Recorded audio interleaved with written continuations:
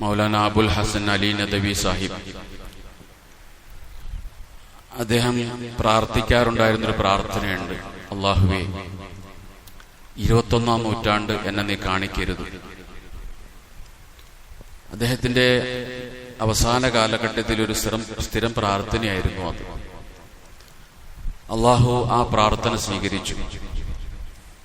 1999 December 31 റമദാനിലെ അവസാനത്തെ 10 വെള്ളിയാഴ്ച ദിവസം ജുമാ സമയത്ത് നദവി സാഹിബ് ഈ ലോകത്തോട് വിട പറഞ്ഞു.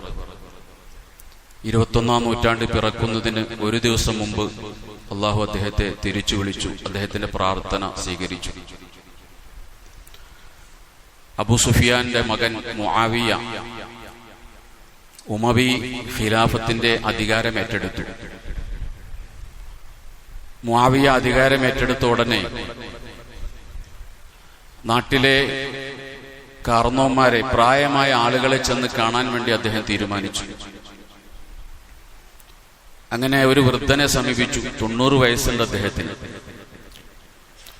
അദ്ദേഹത്തോട് മുആവിയ പറഞ്ഞു, ഞാനിപ്പോൾ ഈ നാട്ടിന്റെ ഭരണാധികാരിയാണ്. ഉമവി ഖലീഫയായി ഞാൻ നിയമിതനായിരിക്കുകയാണ്. അതുകൊണ്ട് നിങ്ങളുടെ എന്തെങ്കിലും ആവശ്യങ്ങൾ ഉണ്ടെങ്കിൽ എന്നോട് പറഞ്ഞാൽ ഞാനത് നടത്തിത്തരാം. അപ്പോൾ 90 വയസ്സായ വൃദ്ധൻ പറഞ്ഞു, എനിക്ക് വയസ്സ് 90 എന്റെ ശരീരത്തിലെ രോമങ്ങളൊക്കെ വെളുത്തിട്ടുണ്ട്, എന്റെ തൊലിയെല്ലാം ചുളുങ്ങിയിട്ടുണ്ട്, എന്റെ കണ്ണിന് കാഴ്ച മങ്ങിയിട്ടുണ്ട്, എനിക്ക് പഴയതുപോലെ കേൾവി ശക്തിയില്ല. എന്നാലും എനിക്ക് കുറച്ചുകൂടി നാൾ ജീവിക്കണമെന്ന ആഗ്രഹമുണ്ട്. നിനക്കത് ചെയ്യാൻ കഴിയുമെങ്കിൽ ഞാനത് ചോദിക്കുമായിരുന്നു. പക്ഷേ എന്റെ ആയുസ് പോയിട്ട് നിന്റെ ആയുസ് പോലും നീട്ടാൻ നിനക്ക് അധികാരമില്ല. അതുകൊണ്ട് ഞാനത് നിന്നോട് ചോദിക്കുന്നില്ല എന്ന് ആ വൃദ്ധൻ മുആവിയോട് പ്രതികരിക്കുന്നുണ്ട്. സഹോദരങ്ങളെ, പരിശുദ്ധമായ റമദാനിന്റെ ആയുസ് തീർന്ന് റമദാൻ നമ്മളോട് വിട പറയുകയാണ്. റമദാനിനെ വളരെ വേദനയോടെയും അതീവ ദുഃഖത്തോടും കൂടി ഇന്ന് നമ്മൾ മിമ്പറിൽ നിന്ന് യാത്രാമൊഴി നൽകുകയാണ്. റമദാന് പോകാതിരിക്കാൻ കഴിയില്ല. കാരണം റമദാനിന് ഈ ഭൂമിയിൽ നിശ്ചയിക്കപ്പെട്ട ഈ വർഷത്തെ ആയുസ് അത് തീരുകയാണ്. റമദാൻ പോകും. വിതുമ്പുന്ന ഹൃദയത്തോടെയും നിറഞ്ഞ കണ്ണുകളോടെയും നാം നമ്മുടെ റമദാനിന് യാത്ര നൽകുകയാണ്. റമദാൻ പോകട്ടെ, പക്ഷേ നാമും പുറകെ പോകേണ്ടി വരും എന്നൊരു ചിന്തയാണ് ഇപ്പോൾ നമുക്കുണ്ടാകേണ്ടത്. റസൂലുള്ളാഹി സ്വല്ലല്ലാഹു അലൈഹി വസല്ലം പറഞ്ഞു, ഇദാ കാന ആഖിറു ലൈലത്തിൻ മിൻ റമദാൻ, വിശുദ്ധ റമദാനിന്റെ അവസാനത്തെ രാത്രിയാകുമ്പോൾ ബഖത്തിസ് സമാവാതു വൽ അർളു, അന്ന് ആ രാത്രി ആകാശങ്ങളും ഭൂമിയും കരയും. മുസീബത്തല്ലി ഉമ്മത്തി മുഹമ്മദിൻ സ്വല്ലല്ലാഹു അലൈഹി വസല്ലം, മുഹമ്മദ് നബിയുടെ ഉമ്മത്തിന്റെ മുസീബത്തോർത്തിട്ട് ആകാശങ്ങളും ഭൂമിയും കരയും. ഇത് കേട്ട സഹാബത്ത് ചോദിച്ചു, അയ്യോ മുസീബത്തിൻ യാ റസൂലല്ലാഹ്, ഈ ഉമ്മത്തിന് എന്ത് മുസീബത്താണ് നബിയെ ഉള്ളത്? എന്താണ് വരാനിരിക്കുന്നത്? ദഹാബു റമദാൻ, അത് റമദാൻ പോകുക എന്നുള്ളതാണ്. റമദാൻ പോകുക എന്നുള്ളത് ഈ ഉമ്മത്തിനൊരു മുസീബത്താണ്. ആ മുസീബത്തോർത്തിട്ട് ആകാശങ്ങളും കരയും ഭൂമിയും കരയും. കാരണം ഫഇന്ന ദഅവാതി ഫിഹാ മുസ്തജാബ, ഈ റമദാൻ പ്രാർത്ഥനകൾക്ക് മറുപടിയുള്ള മാസമായിരുന്നു. വൽ ഹസനാത്തു മുളഅഫ, നന്മകൾക്ക് ഇരട്ടി ഇരട്ടി പ്രതിഫലം നൽകുന്ന മാസമായിരുന്നു. ഇതെല്ലാം റമദാൻ കഴിയുന്നതോടുകൂടി ഇതെല്ലാം നഷ്ടപ്പെടുകയാണ്. അതുകൊണ്ടാണ് ആകാശങ്ങളും ഭൂമിയും കരയുന്നത്. അതുകൊണ്ട് റസൂൽ സല്ലല്ലാഹു അലൈഹി വസല്ലം പറഞ്ഞു, ഫനഹനു അഹഖു ബിൽ ബുക്കാ, നമ്മളാണ് ഏറ്റവും കരയേണ്ടത്. ആകാശങ്ങളെക്കാൾ സങ്കടമുണ്ടാകേണ്ടത് നമുക്കാണ്. ഭൂമിയേക്കാൾ ദുഃഖിക്കേണ്ടത് നമ്മളാണ്. ഈ വിശുദ്ധ റമദാൻ തീർച്ചയായിട്ടും ഈമാനുള്ള ഏതൊരു വിശ്വാസിയെയും ദുഃഖത്തിൽ ആഴ്ത്തിക്കൊണ്ടാണ് റമദാൻ നമ്മളോട് വിട പറയുന്നത്. ആദരവായ റസൂലുള്ളാഹി സ്വല്ലല്ലാഹു അലൈഹി വസല്ലം പറയുന്നുണ്ട്, ലൗ തഅലം ഉമ്മത്തി മാ ഫീ റമദാൻ, റമദാനിന്റെ പുണ്യങ്ങളെ കുറിച്ച് എന്റെ ഉമ്മത്തിന് വേണ്ട രീതിയിൽ അറിവുണ്ടായിരുന്നെങ്കിൽ ലതമന്നത്ത് അൻ തകൂന സനതു കുല്ലഹാ റമദാൻ, എന്നും ഇതുപോലെ റമദാൻ ആയിരുന്നെങ്കിൽ എന്ന് ആഗ്രഹിച്ചു പോകും. നമുക്കിന്ന് റമദാൻ കഴിഞ്ഞു കിട്ടിയിരുന്നെങ്കിൽ എന്ന് തോന്നുന്നത് റമദാനിന്റെ പുണ്യങ്ങളെ കുറിച്ച്, റമദാനിന്റെ നന്മകളെ കുറിച്ച് വേണ്ട രീതിയിൽ നമുക്ക് അറിവില്ലാത്തത് കൊണ്ടാണ്. അതുകൊണ്ടാണ് നമ്മുടെ മനസ്സിൽ സന്തോഷമുണ്ടാകുന്നത്. അത് നമ്മുടെ ഈമാനിന്റെ ദൗർബല്യത്തെയാണ് സൂചിപ്പിക്കുന്നത്. അതുകൊണ്ട് എല്ലാവിധ നഷ്ടങ്ങളും നമുക്ക് വരുത്തി വെച്ചുകൊണ്ട് ഈ വർഷത്തെ പരിശുദ്ധമായ റമദാനിനെ ഇന്ന് നമ്മുടെ പള്ളി മെമ്പറിൽ നിന്ന്, പല പള്ളി മെമ്പറുകളിൽ നിന്നും യാത്രാമൊഴി നൽകിക്കൊണ്ട് നാം പറഞ്ഞയക്കുകയാണ്. ഇനി മണിക്കൂറുകൾ മാത്രമേ റമദാനിൽ അവസാനിക്കാൻ ബാക്കിയുള്ളൂ. ദിവസങ്ങളെന്ന് പറയാനില്ല. ഞായറാഴ്ച അസ്തമിച്ച് മാസപ്പിറവി ദൃശ്യമായ തിങ്കളാഴ്ച നമുക്ക് ഈദാകുകയാണ്. കഷ്ടിച്ച് 2 ദിവസം മാത്രമാണ് ഈ പുണ്യങ്ങളുടെ പൂക്കാലത്തിൽ നിന്നും ഇനി നമുക്ക് അവശേഷിക്കുന്നത്. റമദാൻ പോകട്ടെ, പക്ഷേ നാം ചിന്തിക്കേണ്ട ഒരു കാര്യമുണ്ട്. ഇനി റമദാൻ തിരിച്ചു വരും. റമദാൻ തിരിച്ചു വരും. അന്ന് നാം ഉണ്ടാകുമോ എന്നാണ് നാം ചിന്തിക്കേണ്ടത്. ഇതാണ് നമ്മളെ ചിന്തിപ്പിക്കേണ്ടത്. കഴിഞ്ഞ റമദാനിൽ അവസാന വെള്ളിയാഴ്ച ഞാൻ ഇവിടെ നിന്ന് നിങ്ങളോട് ഇതേ വാക്കു പറയുമ്പോൾ പുത്തമ്പള്ളി മഹലിൽ 85 ആളുകൾ കൂടി ഉണ്ടായിരുന്നു. ആ 85 ആളുകളും ഇന്ന് ഈ ഖബറിലാണ്. അല്ലാഹു അവർക്കെല്ലാം പുറത്തു കൊടുക്കുമാറാകട്ടെ. അവരാരും പ്രതീക്ഷിച്ചതല്ല ഒരു റമദാനിൽ ഞങ്ങൾ ഉണ്ടാകുകയില്ല എന്ന്. 4.5 ദിവസത്തിൽ ഒരാൾ എന്ന നിലക്ക് നമ്മുടെ മഹലിൽ മരണപ്പെട്ടിട്ടുണ്ട് ഈ ഒരു വർഷം. 4.5 ദിവസം കൂടുമ്പോൾ ഒരാളെന്ന രീതിയിൽ ഈ പള്ളി ഖബറിസ്ഥാനിൽ ഖബറടക്കം ചെയ്യപ്പെട്ടിട്ടുണ്ട്. ഇത്രയും മരണം നമ്മുടെ മഹലിൽ ഉണ്ടായിട്ടുണ്ട്. ഈ വിശുദ്ധ റമദാനിനെ സ്വീകരിക്കാൻ ഭാഗ്യം കിട്ടാത്ത ഇത്രയും മനുഷ്യന്മാരിവിടെ ഉണ്ട്. അവരെല്ലാവരും എന്റെ ഈ പ്രസംഗം കേൾക്കുന്നുണ്ട്. അത് കേൾക്കുമെന്ന് നമ്മൾ പഠിപ്പിച്ചത് റസൂലുള്ളാഹി സ്വല്ലല്ലാഹു അലൈഹി വസല്ലം. നിങ്ങൾ മയ്യത്തിനെ ഖബറടക്കിയിട്ട് പിന്തിരിഞ്ഞു പോരുമ്പോൾ നിങ്ങളുടെ ചെരുപ്പിന്റെ ചവിട്ടടി ശബ്ദം പോലും ആ മയ്യത്ത് കേൾക്കുമെന്ന് റസൂലുള്ളാഹി സ്വല്ലല്ലാഹു അലൈഹി വസല്ലം പറഞ്ഞിട്ടുണ്ടെങ്കിൽ എന്റെ ഈ പ്രസംഗവും ഈ വിശുദ്ധ റമദാനിൽ ഇവിടെ നിന്ന് പറഞ്ഞതെല്ലാം ആ മരണപ്പെട്ട് കിടക്കുന്ന ആളുകൾ കേട്ടിട്ടുണ്ട്. അത് വിശ്വസിക്കണം നമ്മൾ. പക്ഷേ കേട്ടിട്ടുണ്ട്, അവർ ഉൾക്കൊള്ളുന്നുണ്ട്, പക്ഷെ അവർക്ക് ചെയ്യാനാകില്ല. ചെയ്യേണ്ട സമയം കഴിഞ്ഞുപോയി.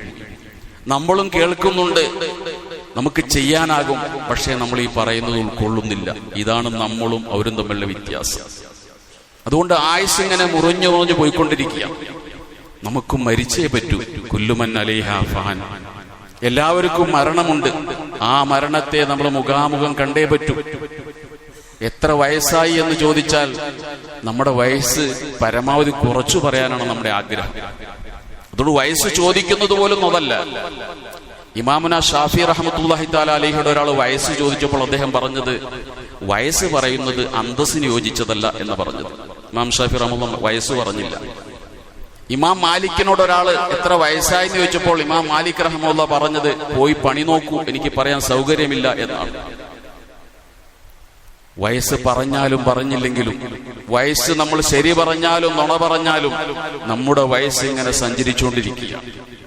പലരും പോയി, അവര് പോയ ലോകത്തേക്ക് നാമും പോകേണ്ടവരാണെന്നുള്ളൊരു ചിന്തയാണ് ഈ വിശുദ്ധ റമദാനിന്റെ അവസാന വെള്ളിയാഴ്ച നമുക്കുണ്ടാകേണ്ടത്. ദുനിയാവ് അങ്ങനെയാണ്. ഇവിടെ ആർക്കും ശാശ്വതമായ ഒരു ജീവിതമില്ല. അബ്ദുല്ലാഹി ഇബ്നു ഉമർ റളിയല്ലാഹു തആല അൻഹുമയോട് അദ്ദേഹത്തിന്റെ കൂട്ടുകാർ ചോദിക്കുന്നുണ്ട്, ഇബ്നു ഉമറെ മസ്സില്ലന ദുനിയ, ഞങ്ങൾക്ക് ഈ ദുനിയാവിനെ ഒന്ന് ഉപമിച്ച് കാണിച്ചു തരാമോ? ദുനിയാവിനെ ഒരു ഉപമയിലൂടെ മനസ്സിലാക്കി തരാമോ? അദ്ദേഹം പറഞ്ഞത് അദ്ദുനിയാ കഹുൽമിൻ നായിം. ഈ ദുനിയാവ് എന്ന് പറയുന്നത് ഉറങ്ങുന്നവന്റെ സ്വപ്നം പോലെയാണ്. ഉറങ്ങുന്നവന് സ്വപ്നം കാണാം, പക്ഷെ സ്വപ്നം ഉറക്കമുണരുന്നത് വരെ മാത്രമേ ഉണ്ടാകൂ. എന്തും അവന് സ്വപ്നം കാണാം. ഇതുപോലെയാണ് ഈ ദുനിയാവിലെ ജീവിതം. എങ്ങനെയൊക്കെ ജീവിച്ചാലും, അധികാരമുണ്ടെങ്കിലും അധികാരമില്ലെങ്കിലും, സമ്പത്തുണ്ടെങ്കിലും ഇല്ലെങ്കിലും, അറിവുണ്ടെങ്കിലും ഇല്ലെങ്കിലും, നീ ആരായിരുന്നാലും നിനക്ക് നിന്റെ സമയം നിശ്ചയിക്കപ്പെട്ട സമയമാകുമ്പോൾ ഉറക്കത്തിൽ നിന്ന് ഉണരുന്നത് പോലെ, അതോടെ സ്വപ്നം അവസാനിക്കുന്നത് പോലെ ദുനിയാവിലെ ജീവിതമാകുന്ന സ്വപ്നങ്ങൾ അവസാനിപ്പിച്ച് അള്ളാഹുവിന്റെ അടുക്കലേക്ക് മടങ്ങി പോകേണ്ടി വരുമെന്നുള്ള ഒരു ഉറച്ച വിശ്വാസവും ചിന്തയും നമ്മുടെ മനസ്സിൽ ഉറപ്പിക്കുക എന്നുള്ളതാണ് നമ്മൾ ചെയ്യേണ്ടത്. എല്ലാവരും പോയൊരു ലോകമുണ്ട്. വലിയ വലിയ ലോകമടക്കി ഭരിച്ച ആളുകൾ പോയി. ഫിരൗൻ ലോകം കണ്ട ഏറ്റവും വലിയ ഏകാധിപതിയായിരുന്നു ഫറോവ. ചരിത്രത്തിൽ ആദ്യമായി നരച്ച മുടിക്ക് കറുപ്പ് കൊടുത്തയാള് ഫിരൗനാണ്. ഇബ്രാഹിം നബിക്കാണ് ആദ്യമായി നര ബാധിച്ചതെങ്കിൽ നരച്ച മുടിയെ കറുപ്പിച്ച ആദ്യത്തെ മനുഷ്യൻ ഫിരൗനാണ്. എന്തിനാണെന്നറിയുമോ? ഫിരൗനിന്റെ പ്രധാനപ്പെട്ട 2 ജോലി, ഒന്ന് മദ്യപിക്കലും വ്യഭിചരിക്കലുമായിരുന്നു. തന്റെ രോമങ്ങൾ നരച്ചു തുടങ്ങിയപ്പോ തന്റെ ഈ പരിപാടിക്ക് ഈ നര തടസ്സമാണെന്ന് തോന്നിയിട്ട് പൂച്ച കണ്ണടച്ചു പാല് കുടിക്കും പോലെ തന്റെ വെളുത്ത രോമങ്ങളെ കറുപ്പിച്ചും ഈ പരിപാടി തുടർന്നയാളാണ് ഫിറൗൻ. മൂസാ നബി അലൈഹി സ്വലാത്തു വസ്സലാം അള്ളാഹുവിനെ കുറിച്ച് പരിചയപ്പെടുത്തിയപ്പോൾ ഫിറൗൻ ചോദിക്കുന്നുണ്ട്, നിന്റെ റബ്ബ് ആരാണ് മൂസ? റബ്ബിന്റെ അധികാരം എന്താണ്? മൂസാ നബി അലൈഹി സ്വലാം പറഞ്ഞു, അല്ലദീ യുനസ്സിലുൽ ഗൈസ, എന്റെ റബ്ബ് ആകാശത്തു നിന്ന് മഴ പെയ്യിപ്പിക്കുന്നവനാണ്. അപ്പോൾ ഫിറൗൻ ചിരിച്ചുകൊണ്ട് പറഞ്ഞു, ആകാശത്തിൽ നിന്ന് മഴ പെയ്യിപ്പിക്കുന്നത് നിന്റെ റബ്ബാണെങ്കിൽ ആ മഴ ഈ ഭൂമിയിൽ വീഴണ്ട എന്ന് ഞാൻ പറഞ്ഞാൽ നിന്റെ റബ്ബ് തോറ്റു. കാരണം ഭൂമി എന്റേതാണ്, ആകാശം നിന്റെ റബ്ബിന്റേതാണെങ്കിൽ ഈ ഭൂമി എന്റേതാണ്.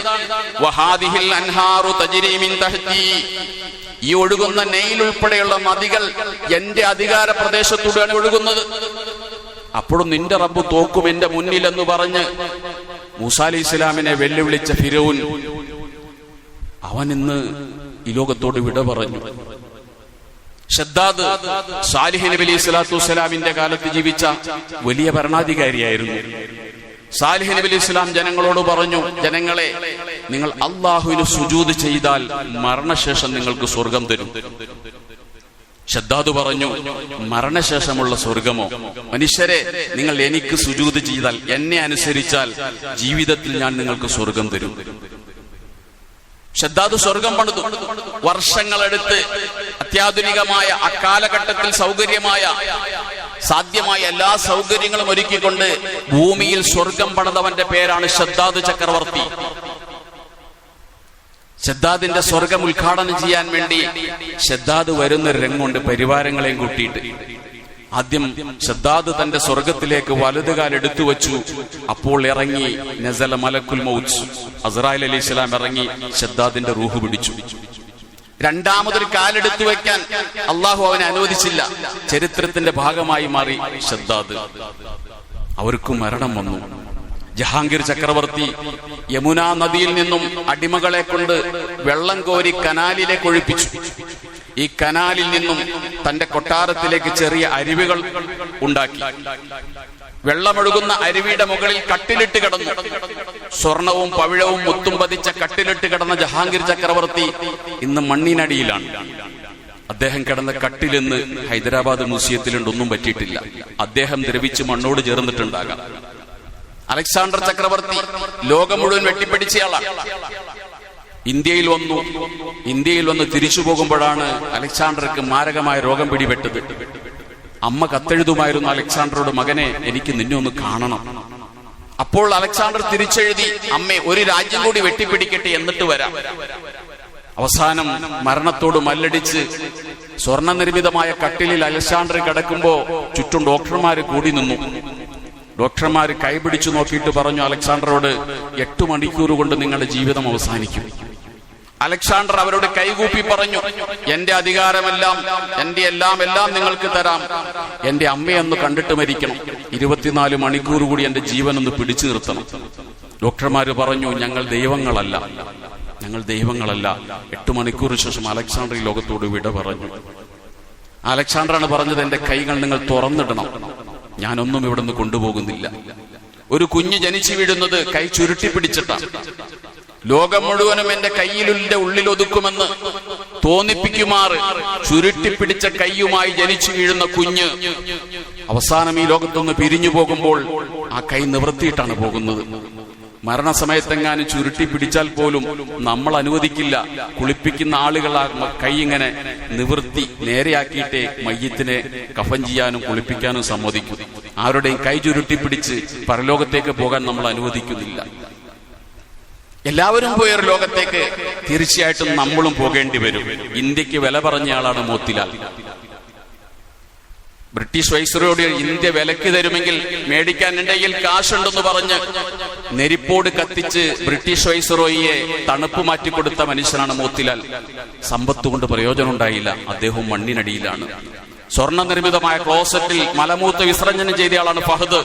ഫഹദും ഇന്ന് മണ്ണോടടിഞ്ഞിട്ടുണ്ട്. സഹോദരങ്ങളെ, അതുകൊണ്ട് നമ്മൾ മനസ്സിലാക്കേണ്ടത് എല്ലാവരും പോയി. സമർത്ഥനായ സീസറും പ്രസിദ്ധനായ ഹോമറും സമറ്റമറ്റ സോളമൻ എല്ലാവരും പോയി. എല്ലാവരും പോയെങ്കിൽ നിനക്ക് മാത്രം എന്ത് ശങ്ക എന്ന് കവി ചോദിക്കുന്നുണ്ട്. നീയും പോകേണ്ടി വരും.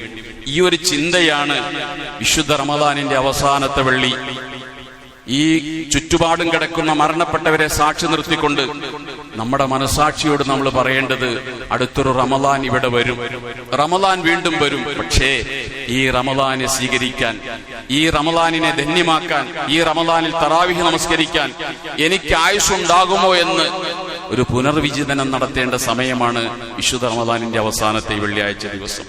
അതുകൊണ്ട് സഹോദരങ്ങളെ, അള്ളാഹുവിന്റെ അടുക്കലേക്ക് ചെല്ലുമ്പോൾ എന്താണ് നമ്മുടെ കയ്യിലുള്ളത്? നമ്മുടെ ഈ നോമ്പും നമസ്കാരവും ഒക്കെ പടച്ചാമ്പുരാന്റെ അടുക്കൽ സ്വീകരിക്കപ്പെട്ടിട്ടുണ്ടോ? ഈ റമദാൻ നമുക്ക് അനുകൂലമായ സാക്ഷി നിൽക്കുമോ? വിശുദ്ധ റമദാൻ അള്ളാഹുവിന്റെ അടുക്കലേക്ക് ചെല്ലുമ്പോൾ നമ്മളെ കുറിച്ചൊരു റിപ്പോർട്ട് സമർപ്പിക്കും. എല്ലാവരെയും അറിഞ്ഞിട്ടാണ് റമദാൻ പോകുന്നത്. ഒരു മാസക്കാലം കൊണ്ട് ഓരോരുത്തരെയും കൃത്യമായി റമദാൻ മനസ്സിലാക്കിയിട്ടുണ്ട്. നമ്മുടെ സ്വഭാവം റമദാൻ തിരിച്ചറിഞ്ഞിട്ടുണ്ട്. ഈ തിരിച്ചറിഞ്ഞ കാര്യം റബ്ബിന്റെ അടുക്കൽ ചെന്ന് റമദാൻ പറയും. ഒന്നിന്റെ കീഴിൽ റമദാൻ ഷാഹിദൻ ലന, നമ്മുടെ അനുകൂല സാക്ഷിയാണ്, അല്ലെങ്കിൽ ഈ റമദാൻ നമ്മുടെ പ്രതികൂല സാക്ഷിയാണ്. അതുകൊണ്ട് കൈമുതലായി ഉണ്ടാകേണ്ടത് ഫമൻ യഅമൽ മിസ്ഖാല ദർറത്തിൻ ഖൈറൻ യറാ വമൻ യഅമൽ മിസ്ഖാല ദർറത്തിൻ ശർറൻ യറാ. ഈ ഒരൊറ്റ ആയത്ത് നമ്മൾ ചിന്തിച്ചാൽ മതി. കയ്യിൽ എന്ത് നന്മയുണ്ടോ ആ നന്മ പരലോകത്ത് നമുക്ക് ലഭിക്കും. കയ്യിൽ എന്ത് തിന്മയുണ്ടോ ഈ തിന്മയുടെ ശിക്ഷയും നാളെ പരലോകത്ത് നമ്മൾ അനുഭവിക്കേണ്ടി വരും. നന്മയുടെ കരങ്ങളുമായി അള്ളാഹുവിന്റെ മുന്നിലേക്ക് പോകാൻ കഴിയണം. ഇവിടെ നാം ആരാണെന്നുള്ളത് പ്രസിദ്ധമല്ല. ആരായിരുന്നാലും മരിച്ചേ പറ്റൂ. നാം മരിക്കുമ്പോൾ അത്ഭുതങ്ങളൊന്നും സംഭവിക്കില്ല. ആരും അങ്ങനെ ചിന്തിക്കണ്ട, ഞാൻ മരിച്ചാൽ ഇവിടെ എന്തോ സംഭവിക്കും. ഒന്നും സംഭവിക്കില്ല. എല്ലാവരെയും പോലെ നിങ്ങളെയും മയ്യത്ത് കുളിപ്പിച്ച് ഇവിടെ വച്ച് നിസ്കരിക്കും, അവിടെ കൊണ്ടുപോയി കബറടക്കും. ഞങ്ങൾ ഇതുപോലെ ജീവിക്കും. അന്നും സൂര്യനുദിക്കും. ആരുടെയും മരണം ഇവിടെ ഒരു അത്ഭുതവും സൃഷ്ടിക്കാൻ പോകുന്നില്ല. അതുകൊണ്ട് നിങ്ങളുടെ സമ്പത്ത് കണ്ട് അഹങ്കരിക്കണ്ട, അധികാരം കണ്ട് അഹങ്കരിക്കണ്ട, സാമർത്ഥ്യം കൊണ്ട് അഹങ്കരിക്കണ്ട, സ്വാധീനം കൊണ്ട് ഞെളിയണ്ട. നിങ്ങൾ പോയാലും ഇവിടെ സൂര്യനുദിക്കും, ഭൂമി പിന്നെയും ബാക്കിയുണ്ടാകും. അള്ളാഹുവിന്റെ ഖുർആൻ ചോദിച്ചില്ലേ, കം തറകൂ മിൻ ജന്നാത്തിൻ വഗയൂൻ വസുറൂഇൻ വമഖാമിൻ കരീം. ഫിരൗനും പരിവാരങ്ങളും ചെങ്കടലിൽ മുങ്ങിച്ചത്തപ്പോൾ എത്രയാണ് അവർ വിട്ടിട്ട് പോയത്? എത്ര തോട്ടങ്ങളാണ് അവർ വിട്ടിട്ട് പോയത്? എത്ര കൃഷിയിടങ്ങളാണ് അവർ ബാക്കിയാക്കിയിട്ട് പോയത്? ഫറോവ ഇരുന്നിരുന്ന രത്നനിർമ്മിതമായ ലക്ഷങ്ങൾ വിലയുള്ള സിംഹാസനം പോലും ബാക്കി വച്ചിട്ടാണ് ഫറോവ പോയത്. അല്ലാഹു പറഞ്ഞു, ഫമാ ബക്കത്ത് അലൈഹിമുസ് സമാഉ വൽ അർളു. അവര് മുങ്ങിച്ചത്ത സമയത്ത് ആകാശം കരഞ്ഞില്ല, ഭൂമി കരഞ്ഞില്ല. ഫറോവ പോയ സങ്കടത്തിൽ ഫറോവയുടെ നാട് കരഞ്ഞില്ല, ആകാശം കരഞ്ഞില്ല, ഭൂമി കരഞ്ഞില്ല. ഇത് പറയുമ്പോൾ സഹാബാക്കൾ റസൂലിനോട് ചോദിച്ചു, യാ റസൂലല്ലാഹ്, അതബ്കി സമാഉ ലിമൗതി അഹദി?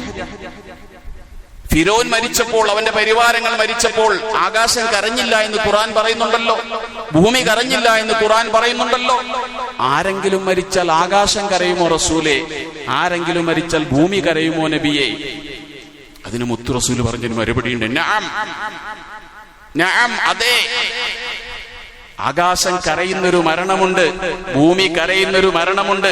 ഇദാ മാതൽ അബ്ദു സ്വാലിഹ്, ഒരു നല്ല മനുഷ്യൻ ഈ ഭൂമിലോകത്തു നിന്ന് മരിച്ചു പോകുമ്പോൾ അവന് പരിചയമുണ്ടായിരുന്ന ഭൂമി, അവന്റെ വീട്, അവന്റെ പള്ളി, അവനിരുന്ന സ്ഥലം, അത് കരയും, അന്ന് കരയും. ആകാശവും കരയും, അവന് പരിചയമുള്ള ആകാശം കരയും, അവൻ ബന്ധപ്പെട്ട ഭൂമിയും കരയും. അതുകൊണ്ട് ഭൂമിയെ കരയിപ്പിച്ചുകൊണ്ട് യാത്രയാകണം. മരിച്ചേ പറ്റൂ. പക്ഷെ മരിക്കുന്ന സമയത്ത് നമ്മുടെ ഉറ്റവരും ഉടയവരും കരഞ്ഞില്ലെങ്കിലും നാം നമസ്കരിച്ചിരുന്ന ആ സ്ഥലം കരയണം. നമ്മൾ നോക്കി പ്രാർത്ഥിച്ച ആകാശം കരയണം. ഇങ്ങനെ കരയിപ്പിച്ചുകൊണ്ട് ഈ ഭൂമി ലോകത്തുനിന്ന് യാത്ര തിരിക്കാൻ ആർക്ക് കഴിയുന്നുവോ അവനോട് അള്ളാഹു പറയും, യാ അയ്യത്തുഹൻ നഫ്സുൽ മുത്മഇന്ന, ശാന്തിയടഞ്ഞ നഫ്സേ, ഇർജിഇ ഇലാ റബ്ബികി റാളിയതൻ മർളിയ, നിന്റെ റബ്ബിന്റെ അടുക്കലേക്ക് വരിക, നിന്റെ റബ്ബിന്റെ അടുക്കലേക്ക് വരിക. റാളിയതൻ മർളിയ, നിന്നെ റബ്ബ് അംഗീകരിച്ചിട്ടുണ്ട്, നീ റബ്ബിനെയും അംഗീകരിച്ചിട്ടുണ്ട്. ഇങ്ങനെ പറയുന്നൊരവസ്ഥ നമുക്ക് ഉണ്ടാകണം. റമദാൻ വരട്ടെ പോകട്ടെ, നാം നാളെ ജീവിക്കട്ടെ ജീവിക്കാതിരിക്കട്ടെ, അതല്ല വിഷയം. നമ്മുടെ വിഷയം എപ്പോൾ പോകേണ്ടി വന്നാലും ഒരു സ്വാഗതം എന്ന് പറഞ്ഞ് നമ്മളെ സ്വാഗതം ചെയ്യുന്ന റഹ്മത്തിന്റെ മാലാഖമാരുടെ കൈകളിലേക്ക് നമ്മളെ ആത്മാക്കൾ ഏറ്റെടുക്കുന്ന ഒരു അവസ്ഥയുണ്ടാകണം. റബ്ബ് പറയണം, ഇങ്ങ് പോരെ, റാളിയത്തൻ മർലിയ, നിന്നെ എനിക്കിഷ്ടമാണ്, നിനക്ക് എന്നെയും ഇഷ്ടമാണ് എന്ന് പറയുന്ന ഒരു അവസ്ഥയുണ്ടാകണം. അള്ളാഹു തൗഫീഖ് നൽകി അനുഗ്രഹിക്കുമാറാകട്ടെ. അതുകൊണ്ട് സഹോദരങ്ങളെ, വിശുദ്ധ റമദാനിന്റെ അവസാന വെള്ളി, ഇനി നമുക്കുള്ള 2 ദിവസങ്ങൾ ഒരു പുനർവിചാരണക്കുള്ള ദിവസങ്ങളാണ്. ഒന്ന് തിരിഞ്ഞു നോക്കുക. ഇത്ര നോമ്പായല്ലോ, എന്തെങ്കിലുമൊക്കെ എന്റെ നോമ്പിൽ പ്രശ്നങ്ങൾ ഉണ്ടായിട്ടുണ്ടോ, പാളിച്ചകൾ ഉണ്ടായിട്ടുണ്ടോ? ഞാൻ എല്ലാ തറാവീഹും നമസ്കരിച്ചിട്ടുണ്ടോ? എന്റെ ജമാഅത്തുകൾ എനിക്ക് കൃത്യമായി ലഭിച്ചിട്ടുണ്ടോ? എന്റെ സക്കാത്ത് ഞാൻ കൊടുത്തു വീട്ടിയിട്ടുണ്ടോ? സദക്കകൾ ഞാൻ എത്ര കൊടുത്തിട്ടുണ്ട്? എന്റെ നോമ്പിനെ നഷ്ടപ്പെടുത്തുന്നത് എന്തെങ്കിലും സംഭവിച്ചിട്ടുണ്ടോ? ഹാസിബു അൻഫുസകും ഖബല അൻ തുഹാസബു വസിനു ഖബല അൻ തുസനു. നിങ്ങളൊരു സ്വയം വിചാരണയ്ക്ക് തയ്യാറായി. നിങ്ങളെ പിന്നീട് വിചാരണ ചെയ്യപ്പെടും. അതിനു മുമ്പ് ഒരു സ്വയം വിചാരണയ്ക്കുള്ള അവസരമാണ് ഇനി നമ്മുടെ മുമ്പിലെ 2 ദിവസം. സ്വന്തമായി ഒന്ന് തൂക്കി നോക്ക് നമ്മുടെ അമലുകൾ എത്ര കനമുണ്ട്. മലക്കുകൾ തൂക്കും മുമ്പ് നമ്മളൊന്ന് തൂക്കി നോക്ക്, എന്റെ റമദാനിന് എത്ര കനമുണ്ട്, എത്ര വെയിറ്റ് ഉണ്ട്. അതിലുപരി എന്റെ റമദാൻ പടച്ചോൻ സ്വീകരിച്ചിട്ടുണ്ടോ? അതാണ് പ്രധാനപ്പെട്ടത്. നമ്മൾ എത്ര ചെയ്തു എന്നതിലല്ല കാര്യം, നമ്മൾ ചെയ്തത് റബ്ബ് കബൂലാക്കിയിട്ടുണ്ടോ എന്നുള്ളതിടത്താണ് വിഷയം. ഇന്നമായ തഖബ്ബലുല്ലാഹു മിനൽ മുത്തഖീൻ, അള്ളാഹു അമലുകളെ സ്വീകരിക്കുന്നത് തഖ്വയുള്ളവരിൽ നിന്ന് മാത്രമാണ്.